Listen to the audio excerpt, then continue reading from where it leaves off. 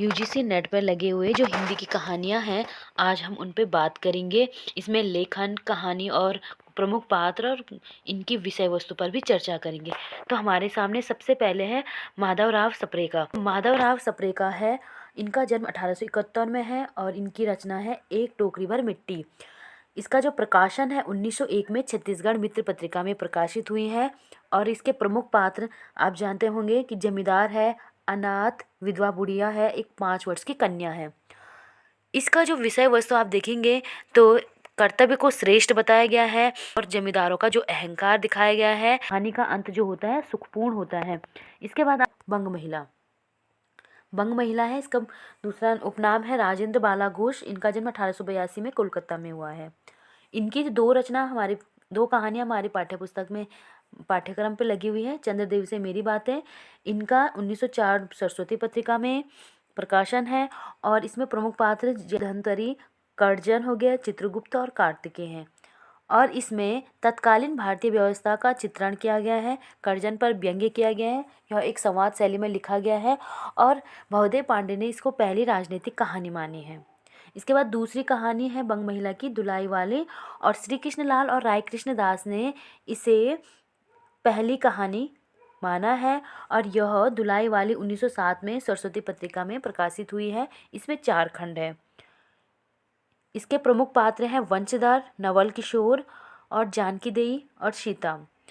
हास्य विनोद की कथा है। नवविवाहित के मनोदशा का भी चित्रण किया गया है। 2 मित्रों की कहानी है। इसके बाद है प्रेमचंद। प्रेमचंद का जन्म 1880 में हुआ है। इनके भी पाठ्यक्रम में 2 कहानियां हैं। दुनिया का सबसे अनमोल रत्न 1907 में, जो कि जमाना पत्रिका से प्रकाशित हुई है। और ये दुनिया का सबसे अनमोल रत्न कहानी संग्रह स्वजवदन से संग्रहित है। स्वजवदन में 5 कहानियां आती हैं और इसके 2 प्रमुख पात्र हैं दिलफिकार और दिलफरेब। इस कहानी में देश प्रेम की भावना का चित्रण किया गया है, प्रेम का आदर्श स्वरूप दिखाया गया है, सच्चे प्रेम का वर्णन किया गया है और फिगार और फरेब के माध्यम से राष्ट्रीयता की भावना को दिखाया गया है। इसके बाद हम देखेंगे ईदगाह, जो दूसरी कहानी है प्रेमचंद्र की। यह 1933 में चांद पत्रिका में प्रकाशित हुई है। इसके प्रमुख पात्र है 5 वर्षीय बालक है, हामिद है, उसकी बूढ़ी दादी अमीना हो गई और उसके मित्र हो गए मोहसिन, आमिद और समीर नूरे। तो प्रेमचंद्र की ईदगाह जो है बाल मनोविज्ञान पर आधारित कहानी है। विषय वस्तु को जरूर ध्यान रखना। और गरीबी के कारण बच्चे पर पड़ने के प्रभाव का भी चित्रण किया गया है।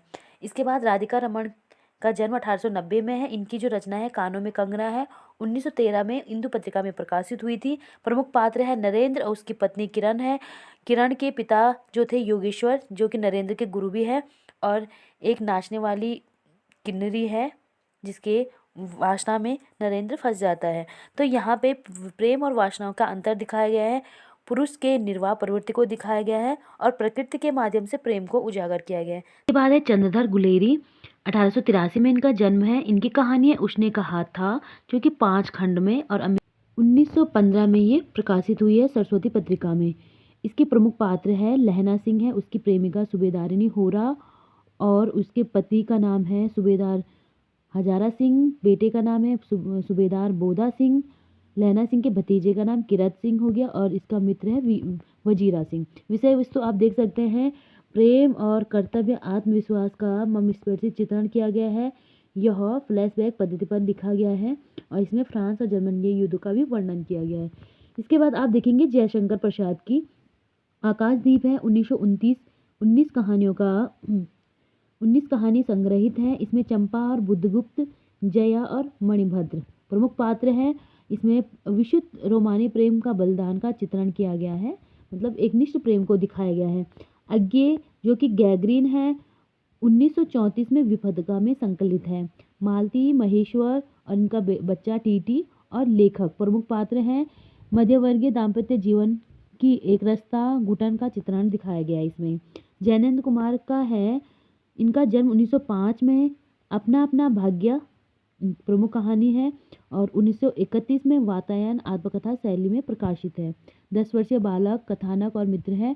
इसमें सामाजिक भेदभाव की समस्या का चित्रण किया गया है। आगे हम बताएंगे सुभद्रा कुमारी चौहान, जो कि 1904 में। राही कहानी इनकी 1947 में प्रकाशित हुई है। सीधे साधे चित्र संग्रह से संग्रहित है। चोरी की दोषी राही जो कि एक मांगरोली जाति की है। और दूसरी पात्र है स्वतंत्रता सेनानी अनीता। राही जो है 5-6 सेर अनाज की चोरी करती हैं। इसमें जेल का प्रवेश का वर्णन भी है। आगे देखेंगे कृष्णा सोबती जो कि 1925 इनका जन्म है। सिक्का बदल गया जो कि 1948 में प्रतीक पत्रिका में प्रकाशित हुई है।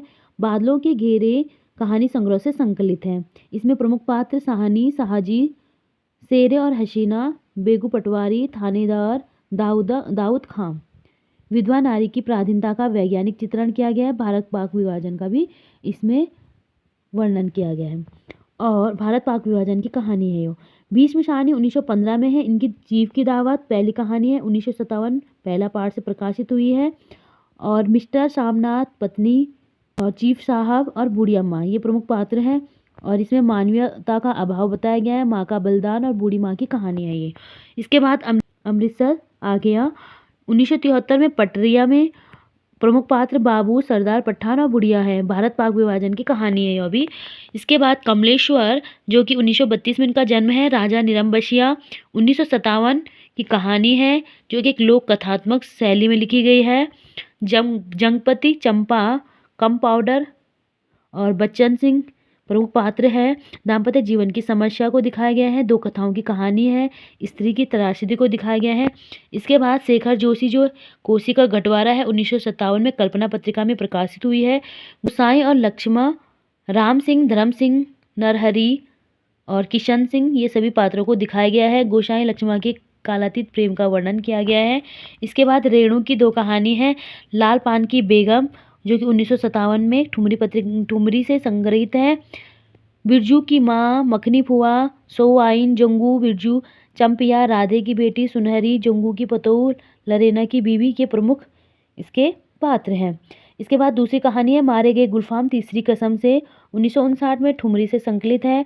इसमें हीरामन, हीराबाई, पलटन दास, धनीराम, लहशनुओ, मुनीम, ज्ञानचंद जो कि 1936 में कहानी पिता है जो कि 1965 में प्रकाशित हुई है। प्रमुख पात्र हैं सुधीर और पिता।